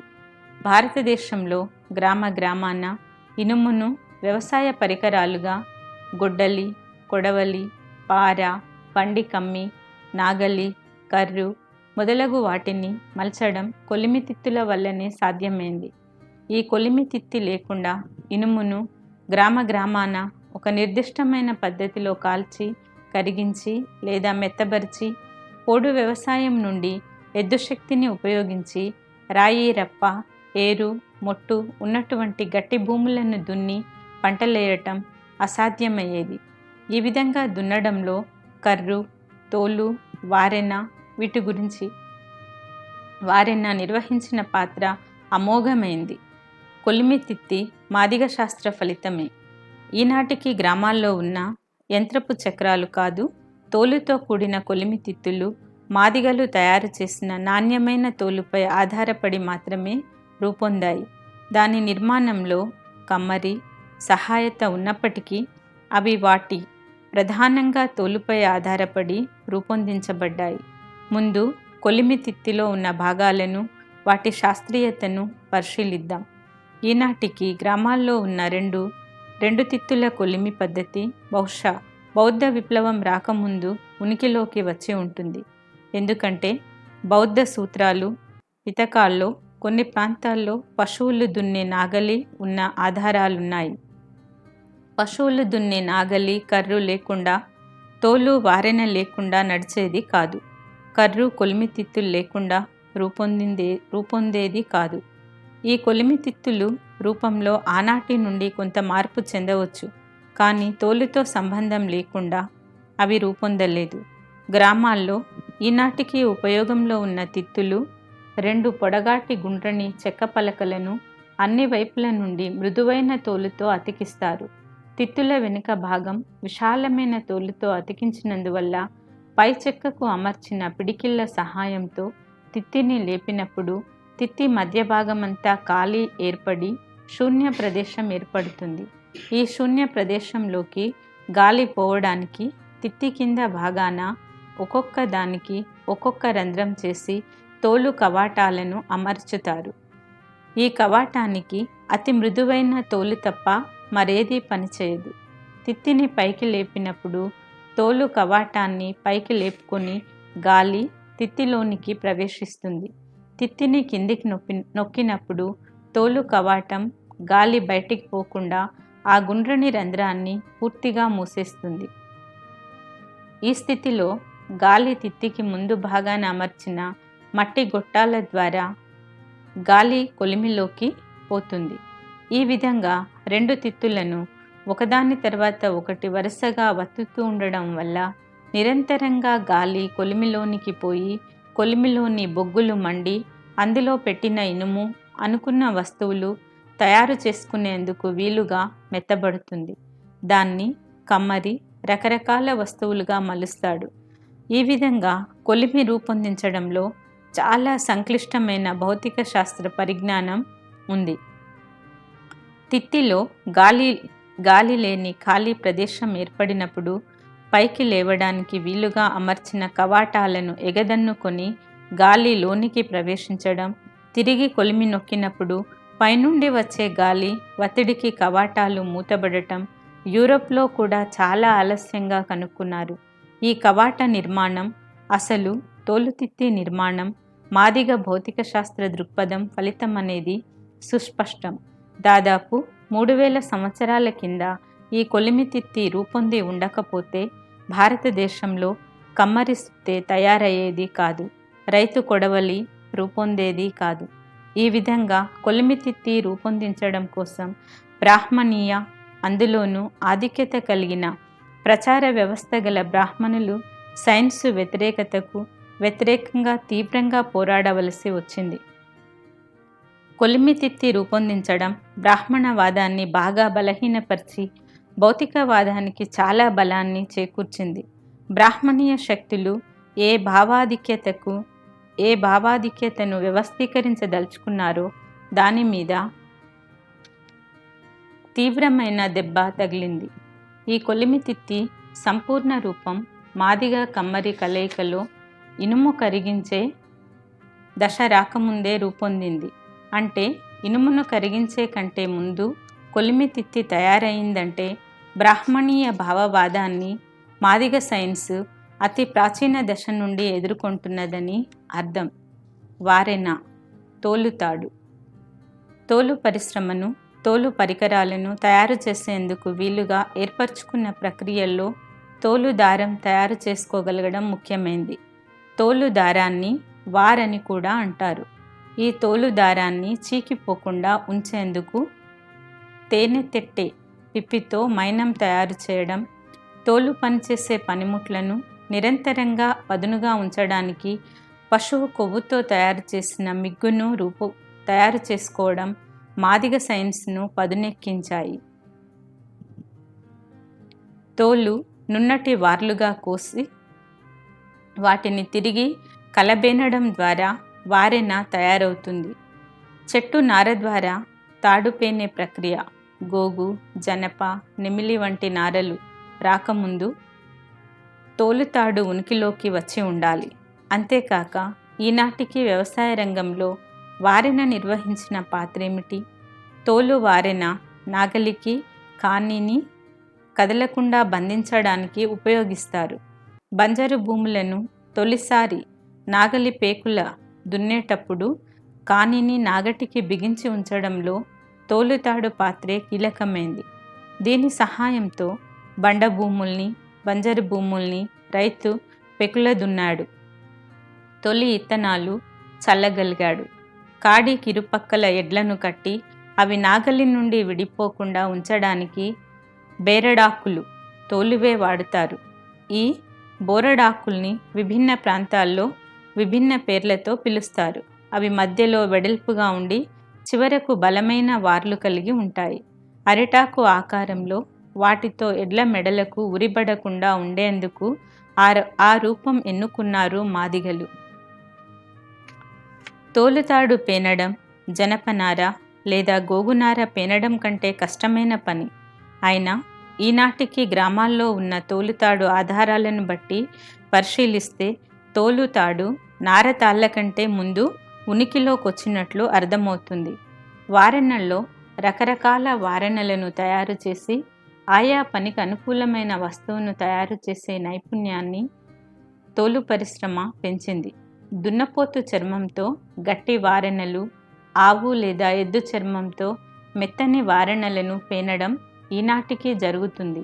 ఈ మొత్తం ప్రక్రియను పరిశీలిస్తే అసలు తాడు దృక్పథానికి పునాదులు వేసింది మాదిగ చైతన్యమని అర్థమవుతుంది. వారెన తయారీ ఎద్దుల బండ్ల రవాణా సౌకర్యం పెంచడంలో బాగా ఉపయోగపడింది. ప్రాచీన మధ్యయుగాల సంగతటుంచిన ఆధునిక దశలో కూడా ఎడ్లబండి చాలా కష్టతరమైన నేల మీద, రాళ్లల్లో, రప్పల్లో, వరెళ్లలో నడుస్తుంది. బండి నొగలను, కానిని ఎంత కఠినమైన స్థితిలోనైనా ఎంత బరువు పెట్టి లాగినా విడగొట్టకుండా నిలబెట్టింది తోలు వారెనలే. ఈ మధ్యకాలంలో ఫైబర్ తాళ్ళు వచ్చేంత వరకు వారెన కంటే గట్టి తాడు లేదని రైతాంగం చెబుతున్న వాస్తవం. వారెన వంటి గట్టి తోలుతాడు రూపొందకుండా ఉండి ఉంటే వర్రెల్లో, వాగుల్లో బరువైన బండ్లను ఎడ్లు లాగుతున్నప్పుడు కానీ తాడు తెగి మనుషులు, ఎడ్లు చనిపోయే ప్రమాదం, బండి ప్రమాదం నుండి తప్పించింది వారెన. ఈ వారెన తాడు పేనే ప్రక్రియ వ్యవసాయ రంగానికి తాడు ఉపయోగాన్ని నిర్ధారించింది. ముఖ్యంగా మాదిగలు, మాలలే. నీటిపారుదల, తోలు పరిశ్రమ. వ్యవసాయం మెట్ట పంట నుండి నీటి పంటగా మారడం వల్ల ఉత్పత్తిలో గణనీయమైన మార్పు వచ్చింది. ముఖ్యంగా భారతదేశంలో జొన్న, సజ్జ వంటి పంటల నుండి ఉత్పత్తి వడ్లు, గోధుమలు పండే పంటగా మారడం వల్ల ఆహార ఉత్పత్తి ఎన్నో రెట్లు పెరిగింది. నీటిపారుదల భారతదేశంలో 3 రకాలుగా జరిగింది. 1 వర్షాధారం, 2 చెరువులు, ప్రాజెక్టులు, 3 బావులు. ఈ 3 రకాల్లో ముఖ్యంగా బావుల పంట తోలు పరిశ్రమపైనే ఆధారపడి అభివృద్ధి చెందింది. బావి వ్యవసాయం తెలంగాణ, రాయలసీమ వంటి మెట్ట ప్రాంతాల్లో, దేశంలో చాలా చోట్ల ఇటువంటి మెట్ట భూముల్లో మోటా అనే పద్ధతి ద్వారా నీరు తోడి పంట పండిస్తారు. మోట కంటే ముందు ఏతం అనే పద్ధతిలో మానవులు నీరు తోడి బయట పోసేవారు. అది అతి కొద్ది నీటిని మాత్రమే తోడేందుకు వీలయ్యేది. ఎక్కువ భూభాగాన్ని పారించడం సాధ్యమయ్యేది కాదు. ఈ స్థితిని మార్చి పశుశక్తి ద్వారా నీరు తోడడం, తోలు బొక్కెన, తోలు తొండం ప్రవేశపెట్టడం ద్వారా సాధ్యమైంది. ఇనుప పరికరాలు బాగా అభివృద్ధి చెందకముందు తోలుతోనే బొక్కెన తయారు చేసి దానికొక పొడవైన తోలు తొండం ఏర్పరిచేవారు. బావిపై మోటా అనే సాధనాన్ని ఏర్పరిచి కింద పైన గిరకలను అమర్చి మోకు దండెడ అనే బలమైన తాడు, చాలా కాలం తోలు తాడుని అమర్చేవారు. తొండానికి ఒక తాడు కట్టి నీటితో బొక్కెను నింపి తొండం తాడు సహాయంతో తొండం మలిగి ఉండి నీరు బయటపడకుండా బావి నుండి బయటికి తెచ్చేవారు. పై గిరక సమీపానికి బొక్కెన చేరగానే కింది గిరక ఆధారంగా తొండం దోణిలోకి ప్రవేశించి నీరు బయట పోసేటట్లు రూపొందించారు. 2 పశువులు, 1 మనిషి సహాయంతో ఈ మూట ఎడతెరిపి లేకుండా నీరు బయట పోసేది. ఈ విధంగా ఒక మూట 3-4 ఎకరాల భూమిలో కూడా వరి పంట పండించేది. ఇనుప పరిశ్రమ బాగా అభివృద్ధి చెందాక బొక్కెన ఇనుపది రూపొందినప్పటికీ తోలు తొండం, నీటి పారకం, గొట్టపు బావుల పారకం ముందుకొచ్చాక మూట బావుల పారకం అంతమొందనారంభించింది. తోలు బొక్కెన, తోలు తొండం రూపొందించడంలో ఇమిడి ఉన్న శాస్త్రీయతలో మొత్తం మూట ప్రక్రియకు కావలసిన టెక్నాలజీలో మాదిగ పాత్ర కీలకమైంది. బొక్కెన రూపాన్ని రూపొందించడం, తొండం ఆకారం, రూపకల్పన, దాని పనితనాన్ని నిర్దేశించడమంతా మాదిగ శాస్త్రీయత వల్ల జరిగింది. తెలంగాణ వంటి ప్రాంతాల్లో 13వ శతాబ్దం నాటి కాకతీయ పాలన కంటే ముందు నుండి కూడా ఈ మూట బొక్కెన వ్యవసాయం ఉన్నది. ఆనాడు మూట ప్రక్రియలో తోలు అతి కీలకమైందిగా కూడా ఉన్నది. పాదరక్షలు, వ్యవసాయ రంగం. భారతదేశంలో పాదరక్షల దృక్పథానికి ఎవరు రూపమిచ్చారనే ప్రశ్న కీలకమైంది. పాదరక్షలు ఆకులతో చేసుకున్న దశ దాటాక తోలు పాదరక్షలు శాస్త్రీయతను సంతరించుకున్నాయి. బుద్ధ సూత్రాలు, పితకాల్లో, వేదాలు, ఉపనిషత్తులలో చెప్పుల గురించి ప్రస్తావన ఉన్నందువల్ల తోలు చెప్పులు బౌద్ధ తిరుగుబాటు జరిగే నాటి కంటే ముందే ఉనికిలో ఉన్నవని చెప్పాలి. ఈ పాదరక్షలకు మాదిగతత్వానికి గల సంబంధంపై భారతీయ అర్థశాస్త్రం ఎక్కడా చర్చించలేదు. అయితే హిందూ రచనలలో పాదరక్షల గురించి రాసినప్పుడల్లా వస్తువులుగా అవి పాలక అగ్రకులాలవిగాను, విలువరీత్యా అవి మాదిగత్వాన్ని ప్రతిబింబించేవిగాను చెప్పబడ్డాయి. బ్రాహ్మణిజం ఒకవైపు చెప్పు సౌఖ్యాన్ని అనుభవిస్తూ రెండవ వైపు వారి పవిత్రానికి సంబంధించిన రాజకీయ పరిభాషలో వాటిని నీచమైన వస్తువులుగా చూపింది. చెప్పు నీచమైనదైనందున చెప్పు చేసే శాస్త్రజ్ఞుడు కూడా నీచమైన వాడయ్యాడు. చెప్పు మతపరంగా అపవిత్రంగా చిత్రీకరించిన ఘనత ప్రపంచంలోని అన్ని మతాల్లో ఒక్క హిందూ మతానికే దక్కింది. ఒకవేళ మరేదైనా మతతత్వంలో భాగంగా చెప్పును నీచ వస్తువుగా చిత్రీకరించిన అది విలువల తాత్వికతను తలకిందులు చేసి చూపెట్టడం వల్ల జరిగింది. అయితే హిందూ బ్రాహ్మణిజం ఈ తలకిందుల సిద్ధాంతాన్ని నిరంతరంగా రూపొందించుకుంటూ వచ్చింది. దీని అబద్ధాల ముందు ఇతర మతాల అబద్ధాలు చాలా చిన్నవి. హిందూ మతం ఈనాటికి గుడిలోకి చెప్పులను రానియదు, పూజా స్థలానికి చెప్పులను రానియదు, పూజా గదుల్లోకి అవి కొత్తవైనా పాతవైనా చెప్పులను రానియదు అని అవి చెప్పు వ్యతిరేక, తద్వారా బలమైన మాదిగ వ్యతిరేక విలువల్ని రూపొందించింది. తోలు చెప్పును ఆ విధంగా అపవిత్రంగా చిత్రీకరించినందువల్లే ఋషులు తోలు చెప్పులు కాక చెక్క పాదుకలు వేసుకున్నట్టు హిందూ గ్రంథాల్లో రాసుకోవడం, బొమ్మలల్లో పాదుకలను చూపించడం చేస్తున్నారు. ఇదొక రకంగా ఉత్పత్తి శ్రమ విలువను తగ్గించి ఆధ్యాత్మిక సోమరితనం, శ్రమరహిత విలువను పెంచడంలో భాగమే అయినప్పటికీ చెప్పు విలువను పడగొట్టడం అనేది వస్తువు విలువను దాని ఉపయోగిత విలువతో ముడేయకుండా దాని ఆధ్యాత్మిక విలువతో ముడేయడం వల్ల జరిగింది. భారతదేశంలో అభివృద్ధి చెందాల్సిన భౌతిక శాస్త్ర విజ్ఞానం విలువల రంగంలో బాగా దెబ్బతినడానికి ఇది బాగా దోహదపడింది. ఈ భావ దారిద్రపు ఆధ్యాత్మికత నుండే తలకొక విలువ, ఛాతీకొక విలువ, తొడలకొక విలువ, పాదాలకొక విలువ కట్టి శూద్రులందరూ బ్రహ్మ పాదాల నుండి పుట్టారు కనుక తక్కువ వారని బ్రాహ్మణవాదం పురుష సూక్త సిద్ధాంతం చెప్పింది. ఇక్కడ మానవులు లింగ, అంగ, సంగమం అనే ప్రక్రియ ద్వారా స్త్రీ గర్భం నుండి పుడతారనే శాస్త్రీయతను పక్కకు నెట్టే ఒక మూర్ఖవాదం ఉన్నప్పటికీ బ్రహ్మ మెదడు నుండి పుట్టిన, బ్రాహ్మణ అశాస్త్రీయ మెదడు నుండి పుట్టిన అశాస్త్రీయ సిద్ధాంతం ఆధిక్యతలోకొచ్చింది. ఇక్కడ చెప్పు విలువను దాని కాళ్ళ మీద నిలబెట్టే చర్చ జరగాల్సి ఉంది.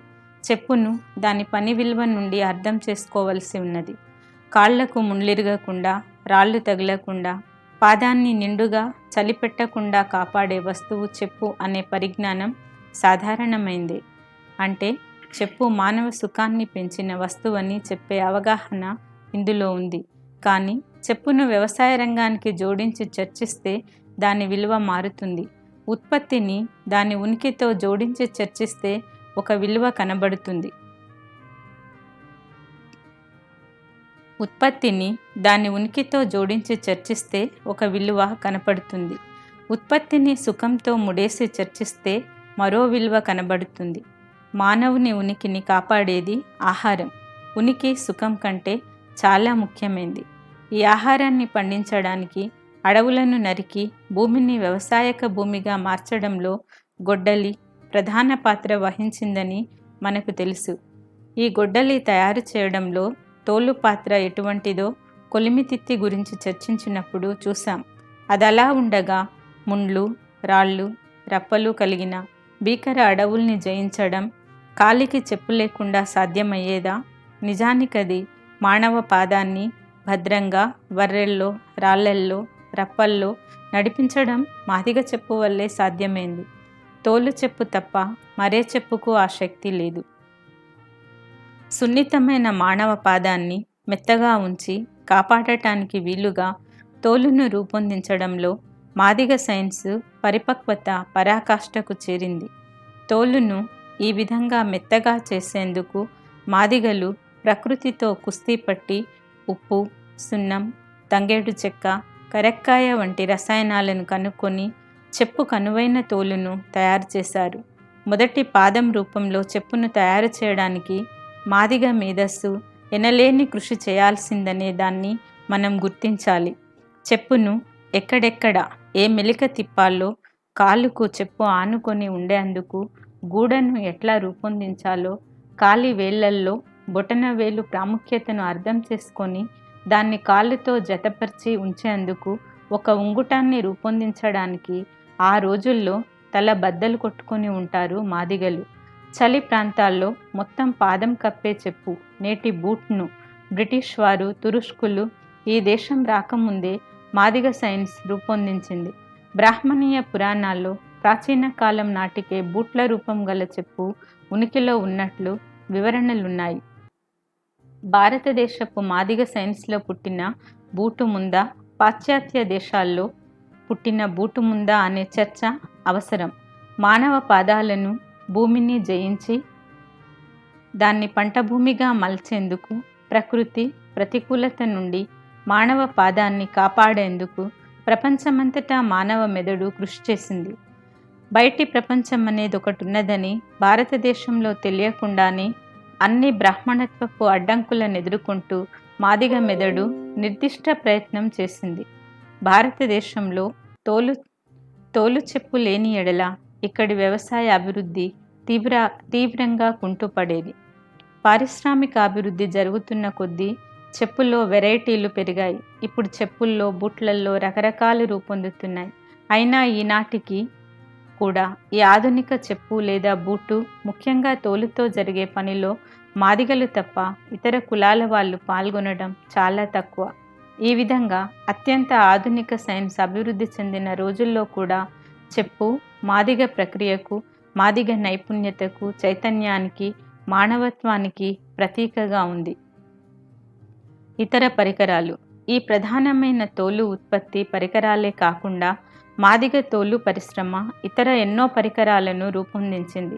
అందులో ముఖ్యమైనవి ధాన్యం భద్రపరిచే పెద్ద పెద్ద తోలు సంచులు, ధాన్యాన్ని నీటిని రవాణా చేసేందుకు సంచులు మాదిగ తోలు పరిశ్రమ నిర్మించింది.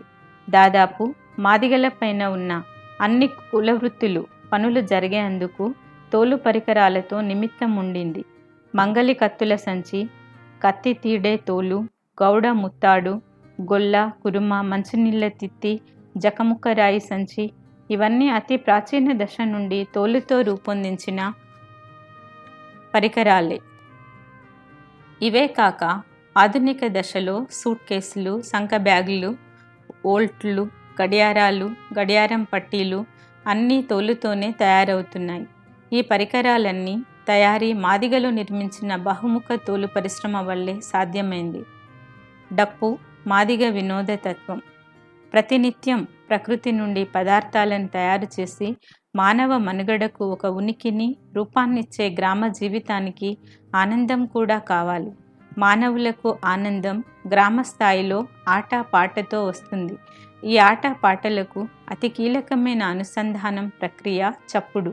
చప్పుడుతో ఆటపాటలను మేళవించినప్పుడు అలసిపోయిన మానవ మేధస్సు సైతం పులకించి బాధను మరచి ఆనందాన్ని పొందుతుంది. మన దేశపు గ్రామీణ జీవనంలో మనుషులు ఆటను పక్షుల, జంతువుల ఉల్లాసభరిత ఎగురుడును పరిశోధించి తాము ఆ విధంగా ఎగిరే ప్రయత్నం చేసి నేర్చుకొని ఉంటారు. గ్రామ జీవనంలో నెమలి నాట్యం గురించి ఎన్నో సామెతలున్నాయి. అదేవిధంగా పాట కూడా కూత నుండి, అవి ఆనందంలో పెట్టుకునే కేరింతల నుండి నేర్చుకుని ఉంటారు. మన ఇళ్లల్లో కోళ్ళు ఆనందంలో ఉన్నప్పుడు ఎంతో ఉల్లాసంగా కేరింతలు కొడతాయి. కోకిల పాట మృదుత్వం గురించి ప్రకృతితో అంతగా సంబంధం లేని బ్రాహ్మణ సాహిత్యంలో కూడా ఎక్కువగానే చెప్పారు. గ్రామ అనుసంధానంలో ఉండే కోకిల రాగం గురించి బ్రాహ్మణీయ సాహిత్యం చెప్పినంతగా గువ్వ రాగం గురించి చెప్పలేదు. దానికి వాళ్ళు విలువ కట్టలేదు. ఎందుకు? గువ్వ రాగం మిట్ట మధ్యాహ్నం కారడవుల్లో తిరిగితే తప్ప వినబడదు. అందుకే బ్రాహ్మణులకు దాని గురించి తెలియలేదు. ఈ విధంగా ప్రకృతి నుండి నేర్చుకున్న ఆటపాటలకు మానవులు అదనంగా చప్పుడును జతపరుచుకున్నారు. ఈనాటికి గ్రామాల్లో సర్వ కులాల సంబరాల్లో, దుఃఖంలో అనివార్యంగా నిలిచిన చప్పుడు సాధనం మాదిగ డప్పు. ఈ డప్పు మాదిగ తోలు పరిశ్రమ సృష్టించిన ఒక మహత్తర కళాఖండం. ఈ డప్పు సృష్టి, రూపకల్పన, వాయిద్య ప్రక్రియ, దాన్ని ఆటకు పాటకు జోడించిన మహా కళాకారులు మాదిగలు, మాలలే.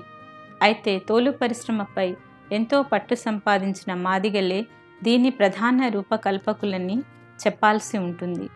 ఈ డప్పు గురించి, మాదిగలు తయారు చేసిన డప్పు ప్రక్రియ గురించి చర్చించే ముందు మాదిగ వినోదతత్వం గురించి కొంత పరిశీలించాలి.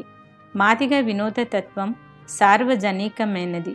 అది బ్రాహ్మణీయ వినోదతత్వానికి పూర్తిగా విరుద్ధమైనది.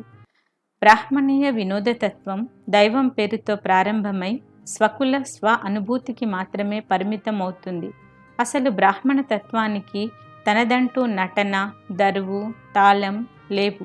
అది ఇతర కులాల నటన, దరువు, తాళాలను మోసపూరితంగా స్వంతం చేసుకొని ఆయా నటన, దరువు, తాళాల ఉత్పత్తి లక్షణాన్ని అందులో నుండి తొలగించి ప్రేమ భంగిమను జోడించి దైవత్వం పేరుతో ఉత్పత్తికి ప్రతికూలంగా మానవ పునరుత్పత్తికి, అంటే తమను తాము సృష్టించుకునే సెక్స్ ప్రక్రియలకు మాత్రమే కుదించి ఆనందించింది. బ్రాహ్మణ వినోదతత్వం పొరపాటున కూడా పర వినోదాన్ని సహించలేదు, ఉత్పత్తి వినోదాన్ని ప్రేమించలేదు. మాదిగ వినోదతత్వం స్వయం వినోదాన్ని సంపూర్ణంగా పర వినోదంతో జోడించింది. ఉదాహరణకు మాదిగ డప్పు అన్ని కులాల పెండ్లిళ్ళల్లో, చావుల్లో తప్పకుండా ఉంటుంది. అది పెండ్లిలో ఆనందాన్ని అధికం చేయడానికుంటే, చావులో దుఃఖాన్ని తగ్గించడానికుంటుంది. మాదిగత్వపు ఆలోచనలో స్వకుల లక్షణం లేదు. అది సర్వ కులాలకు సమాన అనుభూతినిచ్చేందుకు విధిగా హాజరవుతుంది. అందుకే పెండ్లి అయినా చావైనా మాదిగ కులంతో మొదలుకొని బ్రాహ్మణ కులం వరకు అన్ని ఇండ్లల్లో మాదిగ డప్పు చప్పుడు ఉంటుంది. మాదిగలు డప్పును పురుష చావుకే కొడతాం కానీ స్త్రీ చావుకు కొట్టం అనరు. ఆ విధంగా అది లింగభేదాన్ని కూడా అధిగమించింది. అయితే డప్పు వాయిద్యం ప్రధానంగా పురుషుని చేతిలో ఉండడం వల్ల అది మాదిగత్వంలో పితృస్వామ్య విలువలను కాపాడింది. దీన్ని మార్చాల్సిన అవసరం ఉంది. మానవ స్వయం ప్రక్రియ ద్వారా రూపొందించుకున్న వాయిద్య పరికరాల్లో డప్పు అతి పురాతనమైంది. దీని ఉనికి తోలు పరిశ్రమలో ఉంది. దీని సృష్టికర్త, వాయిద్యకర్త, దాని రూపకర్త కూడా మాదిగే. డప్పు పునాదిగా చేసుకొని అదే మాదిగ తోలు ఆధారంగా ఈనాడు సర్వకుల సంబరాలకు మూలమైన వాయిద్య పరికరాలన్నీ వచ్చాయి.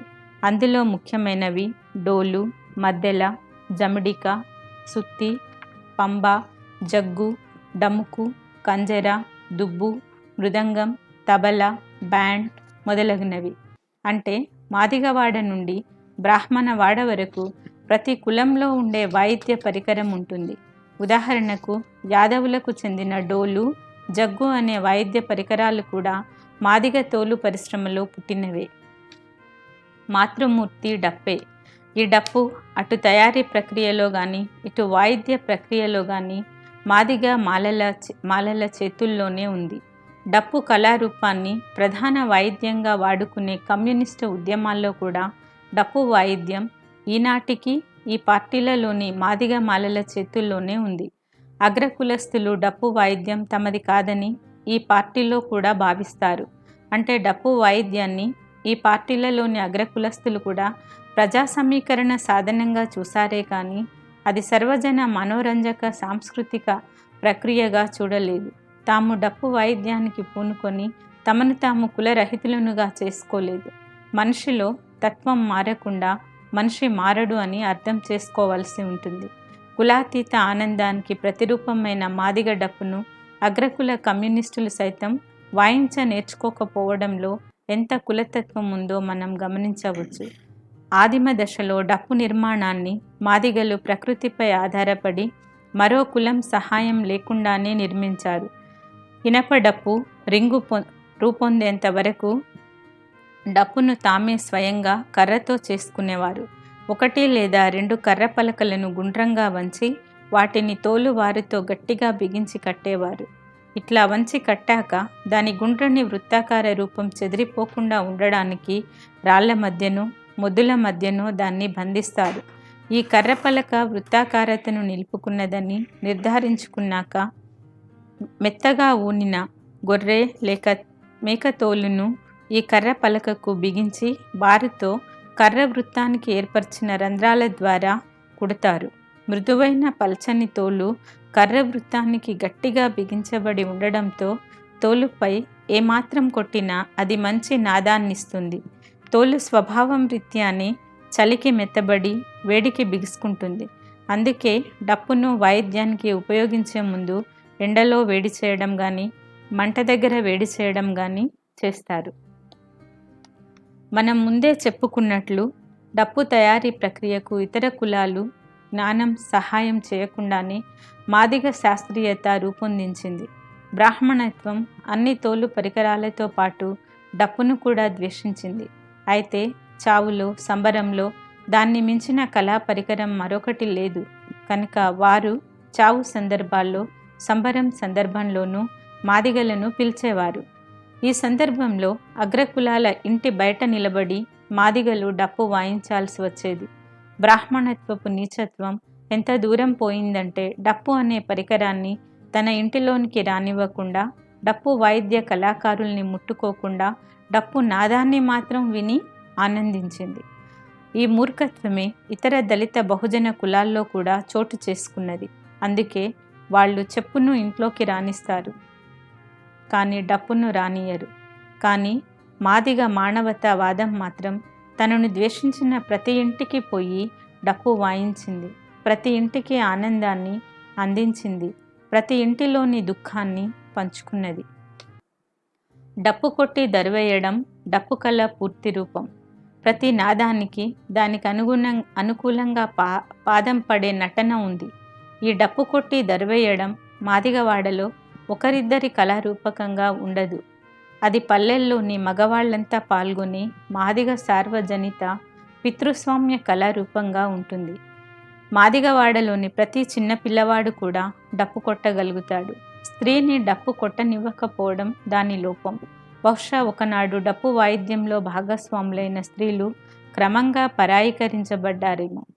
డప్పు కొట్టడం అనే ప్రక్రియను చిటికెన పుల్లతో చేస్తారు. డప్పును తోలుతో రూపొందించిన సంఖ దండతో సంఖకు వేసుకొని ఎడమ చేతితో చిటికెన పుల్లను, కుడి చేతిలో చిర్రను డప్పుపై కొడుతూ ఉంటే అలలు అలలుగా నాదం పుట్టి గ్రామాన్నంతా అది పులకరింపజేస్తుంది.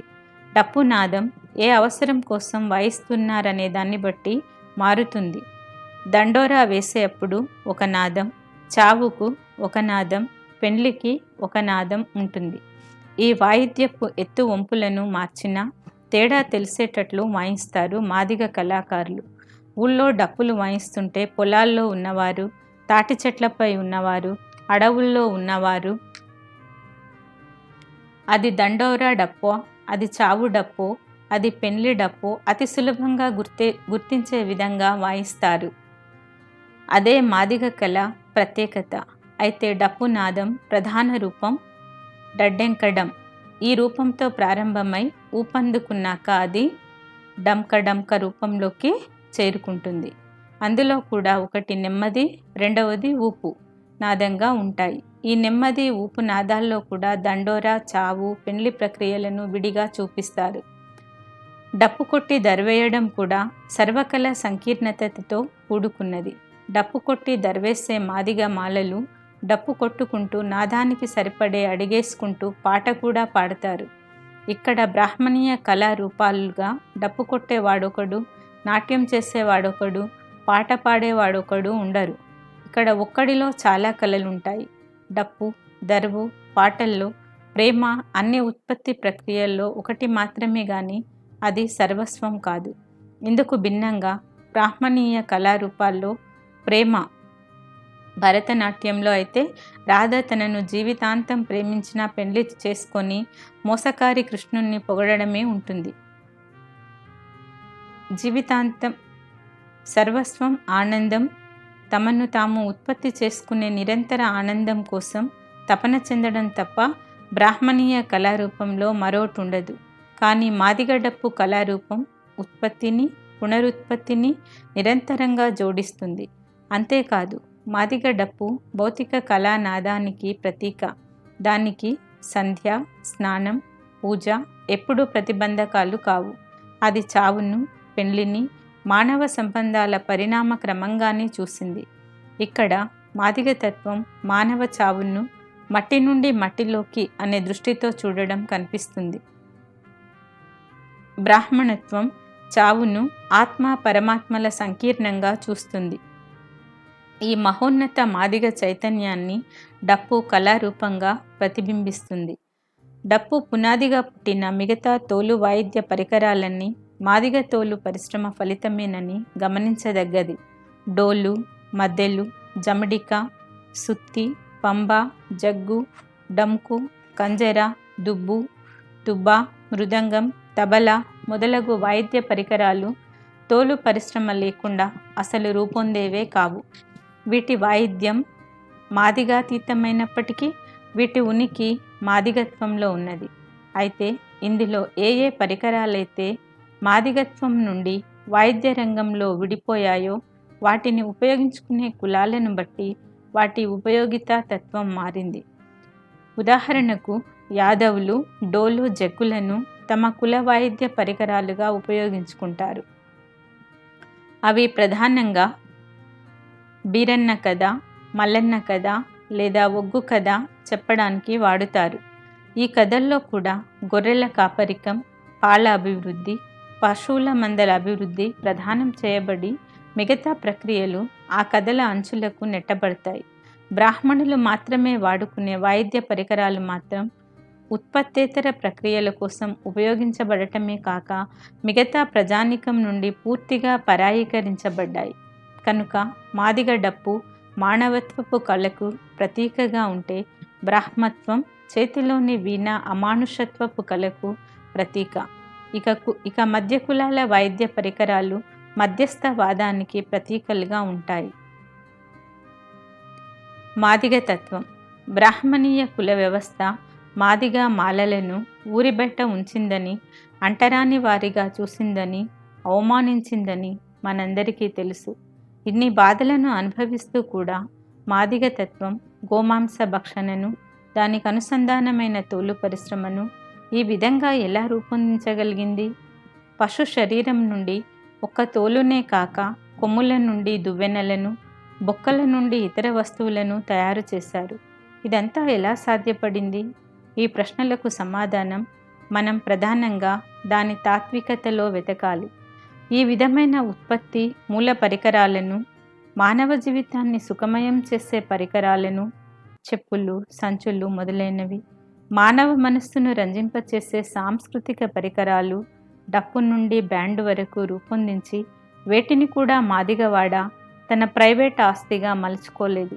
అది సంఘం కోసం ఉత్పత్తిని, సంఘం కోసం సుఖాన్ని, సంఘం కోసం సంస్కృతిని సృష్టించి వాటన్నింటినీ అది సంఘం ఆస్తిగానే పరిగణించింది. ఈ పనుల ప్రతిఫలంగా వచ్చిన ఆదాయాన్ని మాదిగవాడలోని ఇల్లు వ్యక్తి సమపాళ్లుగా పంచుకొని సంఘటితంగా సంఘంగా అనుభవించింది. మాంసాన్ని సమపోగులేసుకోవడం, కూలీని సమపాళ్లుగా పంచుకోవడం దాని తత్వం. ఈ తత్వం మిగతా కులాలన్నింటికీ ఉన్నప్పటికీ మాదిగవాడ ఈ తత్వపు కన్నతల్లి. సచ్చిన శవాలదీసి, సచ్చిన జీవాలదీసి, ఈ శవాల అవయవాల నుండి ఉత్పత్తి పరికరాలను సృష్టించి మాదిగవాడ మిగతా పనుల్లో పాల్గొనకుండా ఉండలేదు. ఈరోజు గ్రామ జీవితాన్ని చూస్తే అసలు మాదిగలు చేయలేని పనంటూ ఏదీ ఉండదు. ఈ వ్యవస్థలోని ఏ పని వారికంటూ రానిదే కాదు. ఒక వ్యక్తిగా, ఒక సమూహంగా ఈ తత్వాన్ని వాడకంతటికీ జీర్ణింపచేయడం దాని ప్రత్యేకత. శ్రమ జీవితంగా బతికే అన్ని దళిత బహుజన కులాల కంటే చాలా ఎక్కువగా కనిపించింది. మాదిగత్వం బ్రాహ్మణత్వాన్ని తన బద్ధశత్రువుగా గుర్తించి, బ్రాహ్మణత్వానికి పూర్తిగా సంవత్సరాలుగా మాదిగ వాడల్లో వేస్తున్న జాంబవంతుని నాటకాన్ని పరిశీలిస్తే అర్థమవుతుంది. ఈ నాటకాన్ని మాదిగ వాడల్లో దాని అనుబంధ కులాలైన డెక్కలి వాళ్ళు వేస్తారు. బ్రాహ్మణిజం జ్ఞానాన్ని అజ్ఞానంగా, అజ్ఞానాన్ని జ్ఞానంగా చూపిస్తుంటే, మాదిగత్వం అందుకు విరుద్ధమైన జ్ఞానాన్ని రూపొందించింది, కాపాడింది. బ్రాహ్మణత్వం ప్రకృతి నుండి పరాయీకరింపబడి ఉత్పత్తిని ద్వేషిస్తే, మాదిగత్వం ప్రకృతిని మానవునికి అనుకూలంగా మలుస్తూ ప్రకృతిని పదార్థంలోకి, పదార్థాన్ని మానవ ఉపయోగిత వస్తువులోకి మలిచే తత్వాన్ని నిలబెట్టింది. తంగేడు చెక్కను, కరక్కాయను, పచ్చితోలును పరికర సాధనాలుగా రూపొందించడంలో మనకది స్పష్టంగా కనపడుతుంది. బ్రాహ్మణులు ద్వేషించిన అతి ముఖ్యమైన వాటిని మాదిగలు అంతే పట్టుదలతో ప్రేమించారు.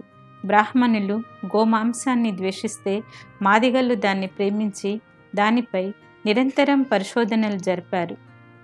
బ్రాహ్మణులు మాదిగలను చండాలురని, నీచులని తాము స్వంత ఆస్తిగా మలుచుకున్న అక్షర రాజకీయం ద్వారా ప్రచారం చేయడం వల్ల బ్రాహ్మణ అజ్ఞానానికి ప్రపంచ స్థాయిలో కూడా గుర్తింపు దొరికింది.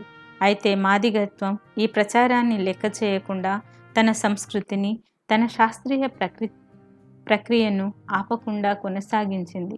మాదిగత్వం తన తత్వాన్ని, తన చైతన్యాన్ని బ్రాహ్మణత్వంతో ప్రభావితం కాకుండా, సన్నగిల్లకుండా ఎలా కాపాడుకున్నదనేది కూడా జాంబవంతుని నాటకం నుండి స్పష్టమవుతుంది. బ్రాహ్మణ అజ్ఞానాన్ని, శాస్త్రీయతను ఇంత స్పష్టంగా ఎండగట్టిన నాటకం మరో కులంలో లేదు. జాంబవంతుని ఆర్థిక సాంఘిక తత్వవాదం. జాంబవంతుడు ఆది మాదిగ యోధుడు. ఆయన బ్రాహ్మణీయ తత్వవాదం గ్రామీణ వ్యవస్థలో వేలూనుకుంటున్న ప్రారంభ దశలోనే బ్రాహ్మణత్వానికి వ్యతిరేకంగా పోరాటం చేశాడు. బ్రాహ్మణాధిక్యతను ధిక్కరించి మాదిగాధిక్యతను నిలబెట్టాడు. కనుక బ్రాహ్మణ వాడల్లో వేదజ్ఞానం రూపుదిద్దుకుంటూ ఉండగా అదే కాలం నుండి జాంబవంత తత్వజ్ఞానం మాదిగవాడల్లో జీవిస్తూ వస్తున్నది. వేదజ్ఞానం లిఖిత అజ్ఞానమైతే జాంబవాదం మౌఖికంగా కొనసాగిన మహాజ్ఞానం. జాంబ జ్ఞానానికి వేద అజ్ఞానానికి మధ్య జరిగిన సంఘర్షణ జాంబ శాస్త్రీయతకు వేద అశాస్త్రీయతకు మధ్య జరిగిన సంఘర్షణ కూడా. జాంబవంతుని నాటకాన్ని ఈనాటికి మాదిగవాడల్లో ఆడుకుంటారు, చెప్పుకుంటారు. బ్రాహ్మణీయ భాషల్లో దీన్ని జాంబ పురాణం అని కూడా అంటారు. అతి ప్రాచీన దశ నుండి మాదిగత్వం బ్రాహ్మణత్వానికి విరుద్ధ తత్వాన్ని కలిగి ఉన్నది. కనుక ఈ విరుద్ధ తత్వాలకు ప్రాతినిధ్యం వహించే వ్యక్తులు వారి వారి తత్వాల ప్రతినిధులుగా నిలిచారు. అందుకే బ్రాహ్మణులకు బ్రహ్మ ప్రతినిధి అయితే మాదిగలకు జాంబవంతుడు ప్రతినిధి అయ్యాడు. ఈనాటికి మాదిగవాడలో ప్రదర్శించే జాంబ చరిత్ర నాటకంలో అతి శాస్త్రీయతకు హేతుబద్ధతకు ప్రతినిధిగా జాంబవంతుడు, మూఢనమ్మకాలకు అశాస్త్రీయతకు ప్రతినిధిగా బ్రహ్మ రూపంలో బ్రహ్మ ప్రవేశిస్తారు. ఈ జాంబ బ్రహ్మ పోరాటంలో జాంబుడు కథ ప్రారంభం నుండి ఆధిక్యత కలవాడుగానే కొనసాగుతాడు. జాంబవంత చరిత్రను నాటకీకరించేటప్పుడు ముందు ప్రవేశించేది జాంబవంతుడే. ఆయన బలమైన శరీరం కలిగి దృఢకాయుడుగా ఉంటాడు. తలకు కిరీటం, నడుంకు గజ్జల పట్టీలు, ముంజేతికి అలంకరణలు, ధీరత్వాన్ని సూచించే మీసాలు, ఈ బాహ్య రూపాలన్నింటినీ మించి కొట్టొచ్చినట్లు కనబడే జ్ఞాన విశ్వాసం ఉంటాయి. జాంబుడు ప్రవేశించాక బ్రహ్మ మనం ప్రతినిత్యం చూసే బ్రాహ్మణుడి ఆకారంలో పిలక జుట్టు, పంచెకట్టు, విభూది పూసుకున్న శరీరం, అన్నింటినీ మించి మూఢనమ్మకాలకు అశాస్త్రీయతను ప్రతిబింబించే మేధస్సుతో ప్రవేశిస్తాడు. ఆ పాత్ర కళ్ళల్లో మానవత్వం కంటే మోసం, దగ ఎక్కువగా కనిపిస్తాయి. అతని శరీరంపై జంధ్యం, చేతిలో చెంబు, అర్ధనగ్నపు శరీరంపై ఉత్తరీయం ఉంటాయి. కథ ప్రారంభం నుండి కూడా బ్రహ్మ ప్రశ్నలడిగే స్థాయిలో ఉండి జాంబుడు సమాధానాలు చెప్పే ఆధిక్యత స్థాయిలో ఉంటాడు. కథ క్లుప్తంగా ఇట్లా నడుస్తుంది. జాంబవంతుడు రంగప్రవేశం చేసి తన్ను తాను పరిచయం చేసుకుంటాడు. ఆ పరిచయంలోనే తాను అస్తిత్వం కలిగిన ఒక వ్యక్తినని చెప్పుకుంటాడు. ఆయన ఆకారం, గంభీరత అక్కడ ఉన్న మాదిగలందరినీ ఆకర్షిస్తుంది. తర్వాత బ్రహ్మ ప్రతినిధిగా వచ్చే ప్రతి పాత్ర బ్రహ్మను ప్రతిబింబించడం అనేది బ్రాహ్మణత్వంలోని కీలకాంశం. బ్రాహ్మణుడు వస్తాడు. ఇతడు జాంబుడి ముందు భయాన్ని, దీనత్వాన్ని ప్రదర్శించడం కనిపిస్తూనే ఉంటుంది. బ్రాహ్మడు కూడా తనను తాను పరిచయం చేసుకుంటాడు. ఈ పరిచయంలో అహం బ్రహ్మస్వి అనే అధీకృతం హింసావాదం కనపడక భయం, పిరికితనం మాత్రమే కనిపిస్తాయి. మొదట బ్రహ్మ జాంబుడి చరిత్రను తెలుసుకోగోరుతున్నట్లు ప్రశ్నిస్తాడు. తన సమాధానంలో జాంబుడు సమాజంలోని మనుషులందరికంటే ముందు పుట్టిన మహనీయుడిగా తన గురించి తాను చెప్పుకుంటాడు. అప్పుడు త్రిమూర్తుల కంటే నీవే ముందు పుట్టావా అని బ్రాహ్మణుడు అడుగుతాడు. మీ దేవతలైన త్రిమూర్తులు నాకంటే చిన్నవారే కాక నా అనుచరులు మాత్రమేనని చెబుతాడు. నేను పుట్టాక శక్తి పుట్టింది, శక్తి త్రిమూర్తులకు జన్మనిచ్చింది అని చెప్తాడు. దాని అర్థం జాంబవంతుడు, శక్తి అంటే మొట్టమొదటి మాదిగ స్త్రీ ఇద్దరు, జాంబవంతుడు, శక్తి ఇద్దరు స్త్రీ పురుష రూపంలో మిగతా మానవుల జన్మకు కారణమని చెప్పటమే. తాను శక్తి కంటే ముందు పుట్టినవాడిగా, శక్తి కంటే గొప్పవాడిగా చెప్పుకోవడం మాదిగ పితృసామ్యతను రూపొందించడమే. అయితే త్రిమూర్తులు శక్తిపుత్రులు అని చెప్పడంలో బ్రాహ్మణీయ బ్రహ్మ సృష్టి మూల సిద్ధాంతాన్ని ధిక్కరించడం ఉంది. ఇదే సిద్ధాంతాన్ని తర్వాత బసవేశ్వరుడు సృష్టికి మూలం లింగ, అంగ, సంగమం రూపంలో చర్చించి శంకరాచార్యుల్ని ఓడించాడు.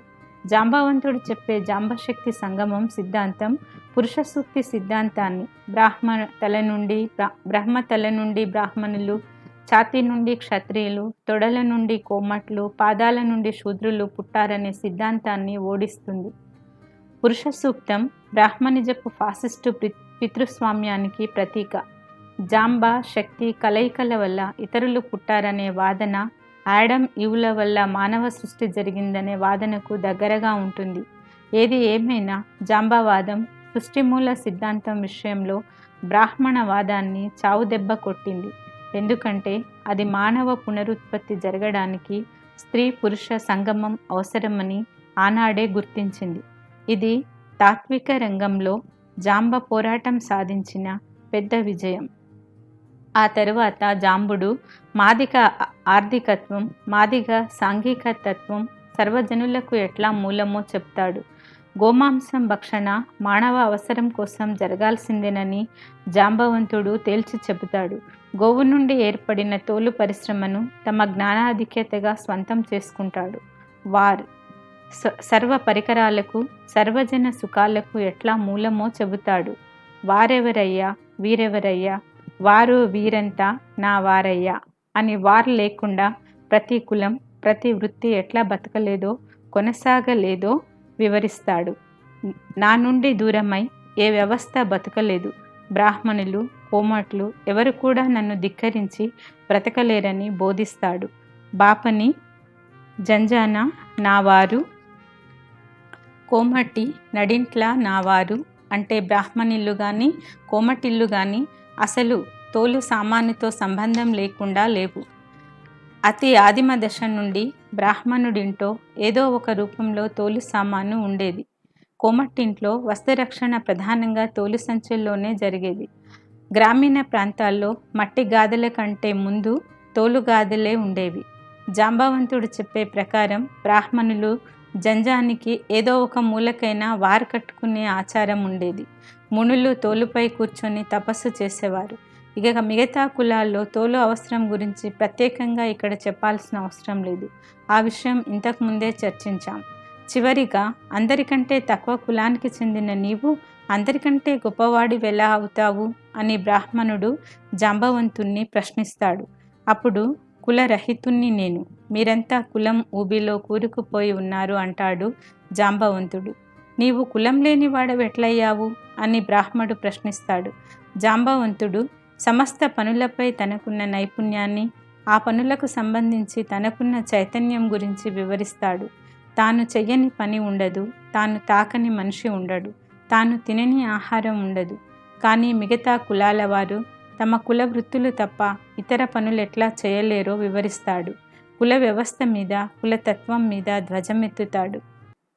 బ్రాహ్మడు తెలివిగా, మన చేతికున్న 5 వేళ్ళు ఎట్లాగైతే సమానంగా ఉండవో, సమాజంలోని మనుషులు, కులాలు కూడా సమానంగా ఉండవు అని బ్రాహ్మణీయ సమాజ అసమానత్వ సిద్ధాంతం చెబుతాడు.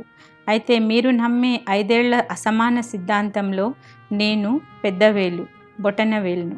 నేనెప్పుడూ మిగతా వేళ్లకు దూరంగానే ఉంటాను. కానీ నేను లేనిది మిగతా వేళ్ళు నిరుపయోగం, పని చేయలేవు. అంతేకాదు, అన్ని వేళ్లను మలిచి పిడికిలి బిగించినప్పుడు పైనుండేది కూడా నేనే అంటాడు. బ్రాహ్మడు కంగు తింటాడు. మరి ఈ మొత్తం సమస్యలకు పరిష్కారం ఏంటి అని తిరిగి ప్రశ్నిస్తాడు. అందుకు జాంబవంతుడు, మీరంతా నాలో చేరడమే ఈ సమాజంలోని సమస్యలన్నిటికీ పరిష్కారం అంటాడు. జాంబవంతుడు చివరగా చెప్పిన సమాధానంలో నిజంగానే పరిష్కారం ఉంది. అదే సమాజంలోని అన్ని కులాలు దళితీకరణ చెందడం, అందులో మరీ ముఖ్యంగా మాదిగీకరణ చెందడం. అసలు భారతదేశంలో దళితీకరణ అంటే ఏమిటి అనే అంశాన్ని నౌ